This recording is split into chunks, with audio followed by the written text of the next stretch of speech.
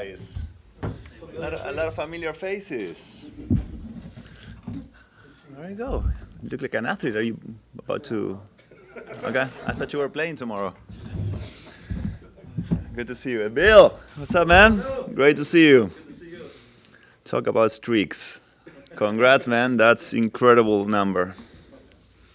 I've been voted first question, so. All right, go. Shoot, Greg. Who told you? How'd you find out who told you, and what was your reaction when you found out you were going to? Well, there was well, first of all, hello to everybody. There was some, conversations along the way, and people telling me that it was going to happen. Nothing official, but so I was building up confidence in that it was going to happen. So I wasn't that surprised, but I got a call on Monday from the Hall of Fame saying that I was officially voted in. And yeah, before it was all rumors, and the moment that you get the confirmation is quite special. As I said a few minutes ago, is something you never expect. And you start playing ball because you love it, because it's fun, because you are there with your friends. In my case, because it was almost a family mandate. We were all by the club, and we all played, and we all loved it, and we talked about it, and we just carry on, and that passion, that drive starts to build up, and one thing brings to the other one, and now, when I thought there were not going to be more surprises after my career was done, you get a recognition like this, which make you think, go back a little bit on time, and relive your story, and it's incredible. Do you have a favorite memory, a favorite moment? As you know, it's been a long career, and luckily I went through a lot of great moments. So, of course, winning gold with your buddies and representing your country is something that have nothing to compare with, right? Because it's something that you're not supposed to live, being Argentinian. Maybe if you are LeBron James, or you're, one of the greats in America, in the States, you kind of hope that it happens. If you're Argentinian, you don't. You just want to be there. And for us to have the opportunity to grab gold was something that you can't compare to anything. But at the same time, also, 4 rings with the Spurs is, it's incredible. Some players go through careers fighting for one. Maybe they get one, but we were lucky enough, and not only to win a championship, but do it consistently, and with a core group of players that were together for the whole ride. So both things are incredible, and when you go back and you relive those moments, it's amazing that you had the opportunity to do it. You miss it? I actually miss sometimes the locker room, the pregame, the postgame, the dinners in which you celebrate or you talk about or mourn the game together. That's the part that I miss. I don't miss the hits, the the bumps and surgeries or all that. And if I was 25, then yes, I would love to be there. But at my age, I'm loving just being with the guys, being with the organization, watching the games, but not. I don't miss the game itself that much. You mentioned where all this journey started for you in Argentina. Have you calculated the odds of going from there to this place that you're sitting right now, about to go to the Hall of Fame? No, but it's 1 in tens of millions, probably. Because, you look who made it, right? And yeah, probably we are around 10 to 15 players from Argentina that made it to the NBA. That won a championship is 2. Only 2 of them won that gold. But then you also look at the broader picture, in which how many times you see 3 players and a coach being together for the whole journey, winning multiple championships, playing thousand plus games together, creating that type of bond. So yeah, the odds are very, very slim, and it just happened to me. So I know I don't know what happened, but I was the one, and I happened to live and be an important part of 2 very iconic teams of those couple decades, both in FIBA and with the NBA. So incredibly lucky and fortunate to have been part of those 2. Of the guys that are in FIBA that started their careers in Europe or somewhere and they came to the NBA, Yao, Vlade, Petrovic, Marshallonis, Sabonis, all of those guys are Hall of Famers, but they were elected by the International Committee. You're the only one elected by the North American Committee, which accounts for your NBA career.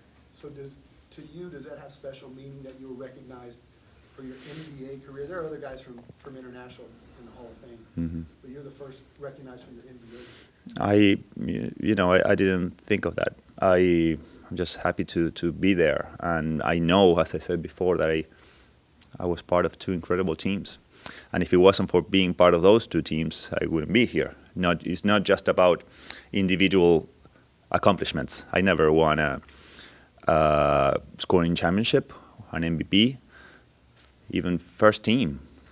I'm here because of my surroundings, of the players I play with, of the coaches I've been coached with, and the organizations. So I know I've been very lucky to have played with such teammates, so quality and altruistic, that all help each other to accomplish huge things. So definitely this is not I don't take it as an individual achievement. It's just that I've been in the right place in the right time, and I contribute the way I could, and we all make each other better, and that's why I'm here. I know you went your to NBA career, is there sorry. one moment that stands out above any of the others? Is the championship more special than any of the others? 2 moments, 2 championships are the 2 specials. There's 2 special ones for me. One is 14, because after 13, I may have thought that it was not going to happen again. I was very hurt. I was devastated. I was disappointed. And having come back with mostly the same team, having the opportunity to play against the same team and, redeem ourselves and play in such a beautiful way and being part of something that still watch highlights and I get emotional. So that was a special one. We really needed that one.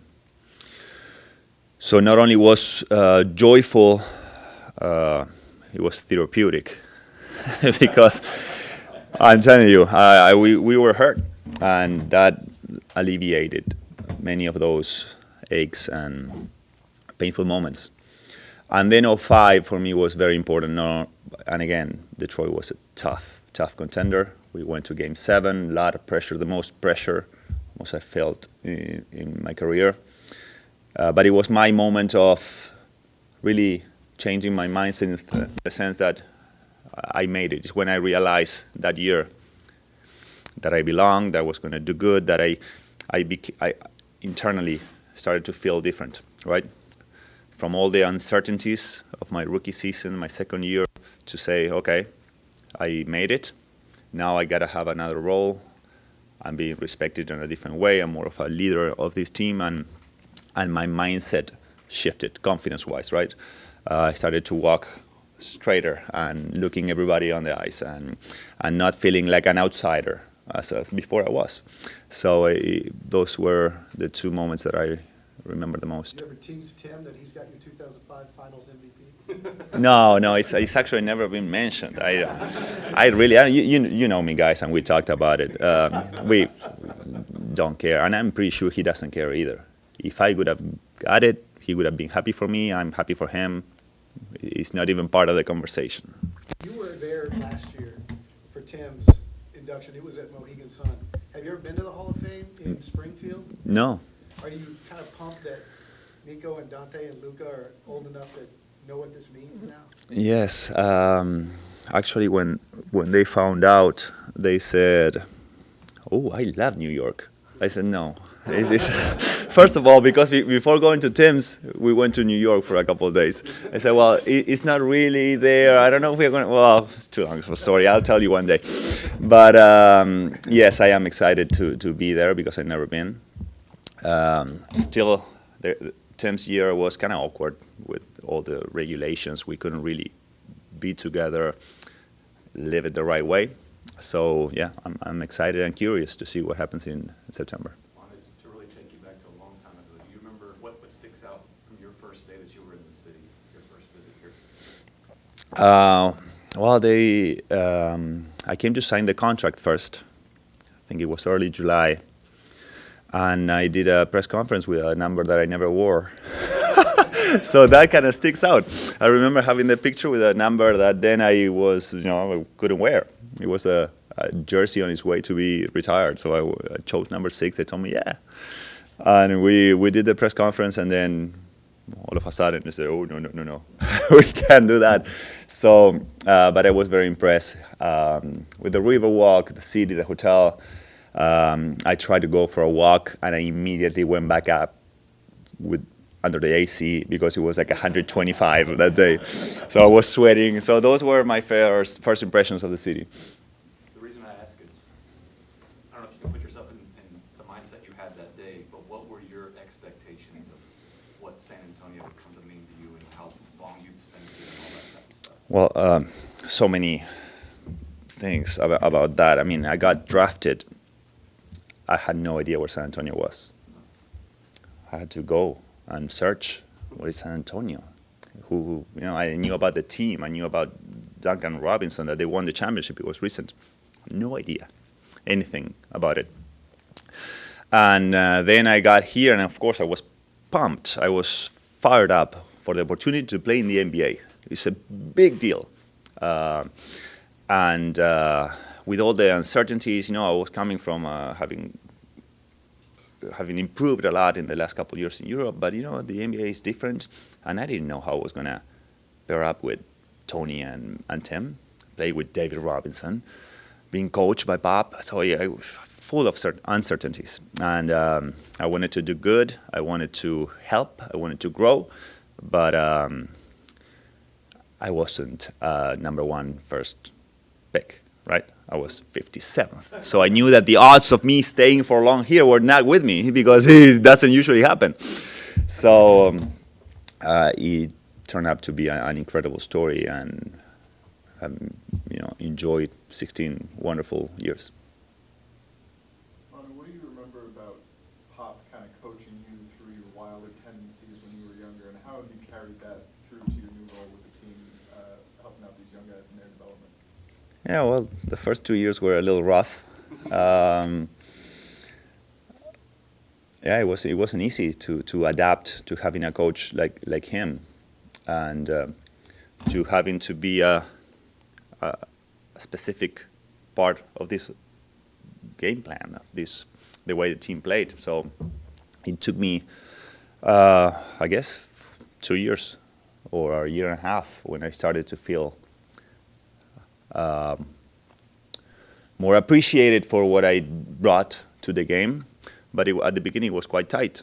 But then, you guys all know the story. Then we both started to respect the other one and appreciate what their true mission and goals were, and why I was playing like that, and why he was coaching me like that, and we started to do compromises and make compromises. And then it became great.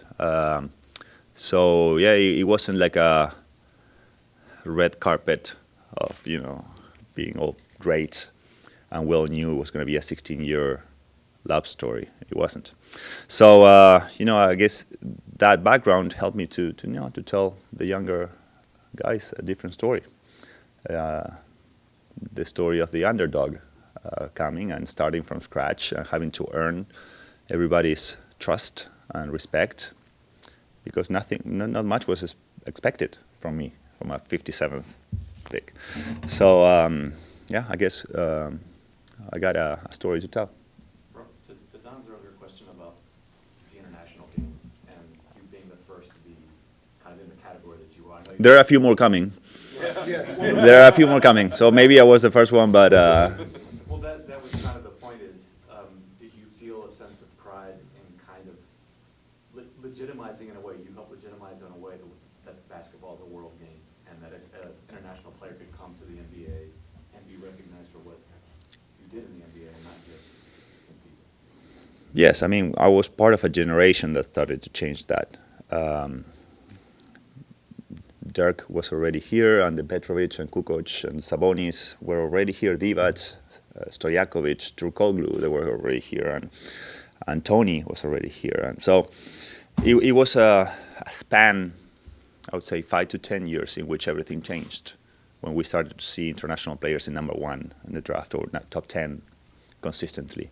And all of a sudden, in those 5 years, 20 to 25% of the rosters were built with international players. So yeah, I'm proud of being part of that generation that changed the way the game was played, the game was perceived, the international players were recognized.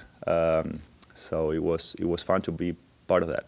Give me thought to who. We're gonna let me interrupt real quick. We're gonna go to Chris, speaking of international. We're gonna go to Chris on Zoom, and then we'll come back here, but we've got a couple Zoom questions. I think we've got Italian first.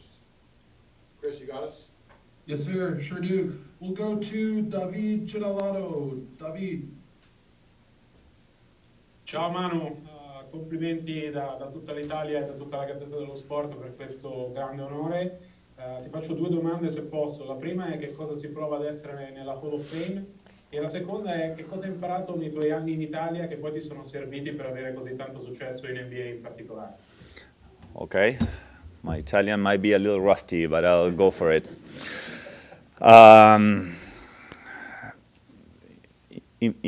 Inaspettabile, non avevo mai sognato di essere in questa situazione. Come voi sapete, sono nato in Argentina, una città piccola.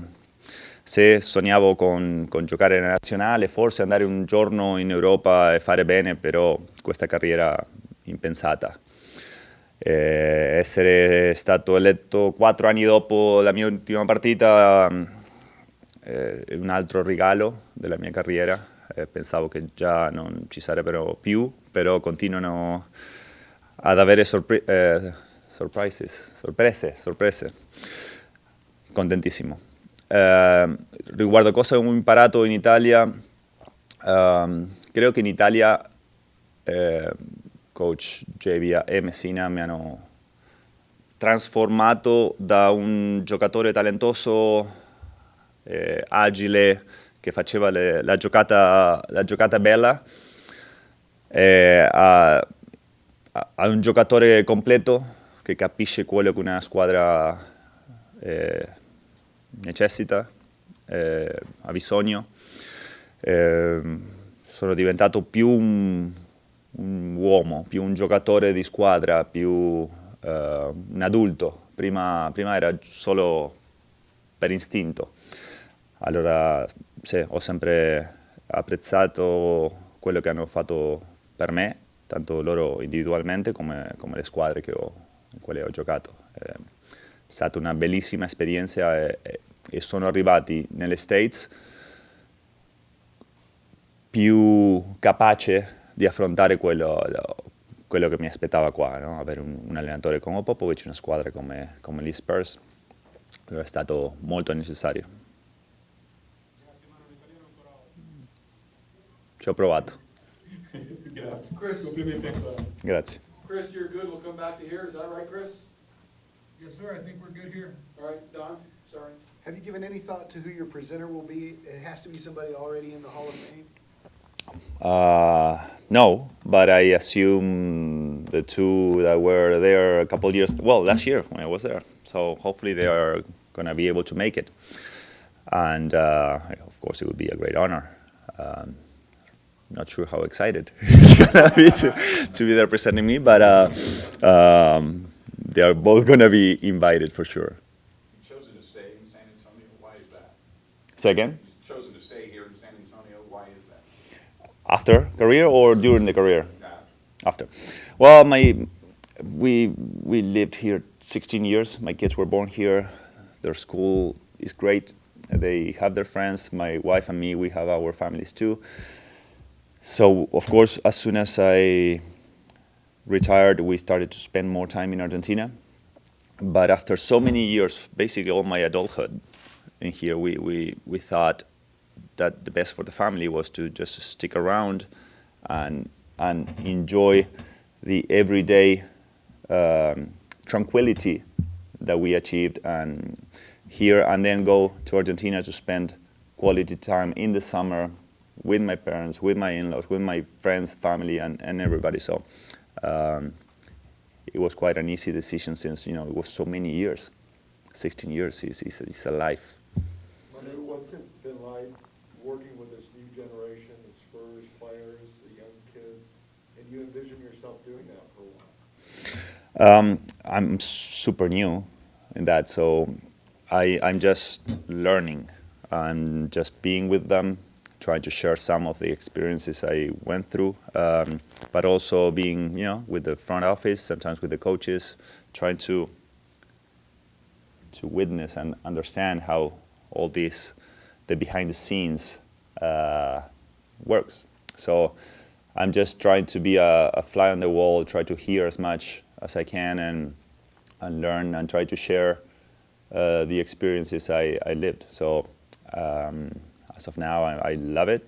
I love being around, right? Because it's been such a big part of my life that I still enjoy that camaraderie, even though I'm not in the locker room. But you start to create a camaraderie and a team feeling with the staff, with the front office, with analytics, with the trainers, and so even though you're not part of the core group of the players, you're still part of the organization. You enjoy wins and you struggle a little bit, not as much, with the losses. So it's fun. Manu, I was going to ask, the city and the fans embraced you almost from the start. How much did that help your sort of transition, the love that you got from the city? I said it from the first season. It really helped me that every time I jump in the floor with all those doubts, being injured at the beginning and not sure what I had to do on the court, having your back's covered, because every time I got in, there was a big, standing ovation and people cheering my name and all that. Really made me feel comfortable, made me feel more confident. So I thank them every time I could because it was worth it, and I tried to return that favor over the years. So hopefully I did. Manu, one of the moves you brought to the NBA was, or you popularized in the NBA, was the Euro step, and now today's generation, a lot of the players like that at their game. What are your thoughts on that, the way you kind of brought that move kind of to the NBA? I don't know. I never saw that I created anything, that I brought anything new. I just played the only way I thought was possible. I was not going to go over Shaq and dunk. I was, I had to go around people. And that's the way my skill set and physical abilities found to get to the rim. So I've done it since I can remember. And I remember, I think it was Steve Kerr, the first one talking about it, how weird it looked, and I looked like a squirrel crossing the street, getting to the rim, and that's when I started to realize that I was doing something, a bit different, and then people started mentioning the Euro step. So yeah, for me it was completely natural. I never thought I had anything different, but I guess I brought another. I helped to popularize or to become more normal type of move. But you were technical with it, as far as the length of stride that it took to, when you picked up the ball to get the second step. I remember seeing you work on the length of stride to explode off the... Yeah, but that was a consequence I started to see, because before, even if I have to do it now, it's not that easy to explain. At least the easy one, yes. But the way I split it on some of the pick and rolls, I can really know exactly at what point it was I was supposed to gather and do the first step. So for me, it was completely natural. Then I started to work on the strength to be able to, do those long sideways steps. But again, it was super natural. I never saw anything particular on that. Do some of the kids on the roster right now ask you to help them teach them that move? I'm telling you, I've been asked during my career more than now, and I couldn't pinpoint. I couldn't exactly explain it. Some basics of it, yes, but it was super natural. It was super instinctive. At what point I was going to go back to the left. The basics, yes, but it's supernatural. You spoke about everyday. Mike, hold on, pause real quick. Mike, you have anything to wrap up? Anybody didn't get a question? Billy, got a question? I got a question. Anybody not get a question? Okay, we got one more and then we wrap up. Go ahead. You spoke about the everyday tranquility of San Antonio. What is retired life looking for you right now? How are you spending your time with your family? Well, now I'm spending more time at the facility. Every time when the guys, the team is in town, I come to practice, I come to the games. So now I'm a little more conditioned, but I wake up at 7 a.m. every single day, take the kids to school, and have a good conversation in the car, come back, breakfast with my wife, used to be the norm, then either tennis or bike, then lunch with a friend here and there, and doing my things, then go pick up the kids. You're a father of 3, so there's always something to do. And after so many years of late games and body aches and rehab and all that, I kind of loved that predictability of my day and being able to do other things that before I couldn't. There's a school trip for 2 days, so let's go. There's a conference in Austin, okay, here, let's go. In Los Angeles, there, let's do it. And having that flexibility, or what I said before, December, January, best time to be in Argentina for me. I can go. So yeah, it's gotta take the kids from school, we gotta homeschool, we gotta figure it out. But I bought a lot of time, and that's what we all want, right? Time in our hands. So I've been really enjoying doing what I want to do, explore my curiosities, and without basically any limits. All right. Thank you, guys. Thank you, Manu. Appreciate it. Great to see you. And we Excuse you for a minute. okay. And then